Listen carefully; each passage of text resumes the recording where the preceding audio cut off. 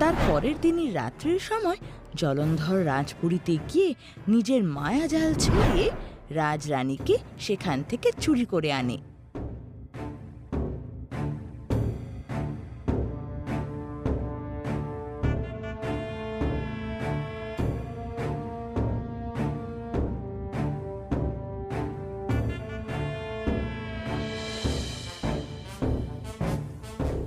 এটা জানতে পেরে মহারাজ কেঁপে ওঠে। কত দেরি হয়ে গেছে, সেই জলন্ধর কোথায় আছে আর আমার রাজকন্যাকে কোথায় নিয়ে গেছে কেউ জানে না। এই কথাটা পুরো রাজ্যের মধ্যে ছড়িয়ে দাও। সেই বদমাইশের কাছ থেকে যে আমাদের রাজকুমারীকে ছাড়িয়ে নিয়ে আনবে, সেই বীর যোদ্ধাকে আমার রাজকুমারীর সাথে বিবাহ করাবো, এটা বলে দাও। শোনো শোনো শোনো, প্রত্যেকে শোনো।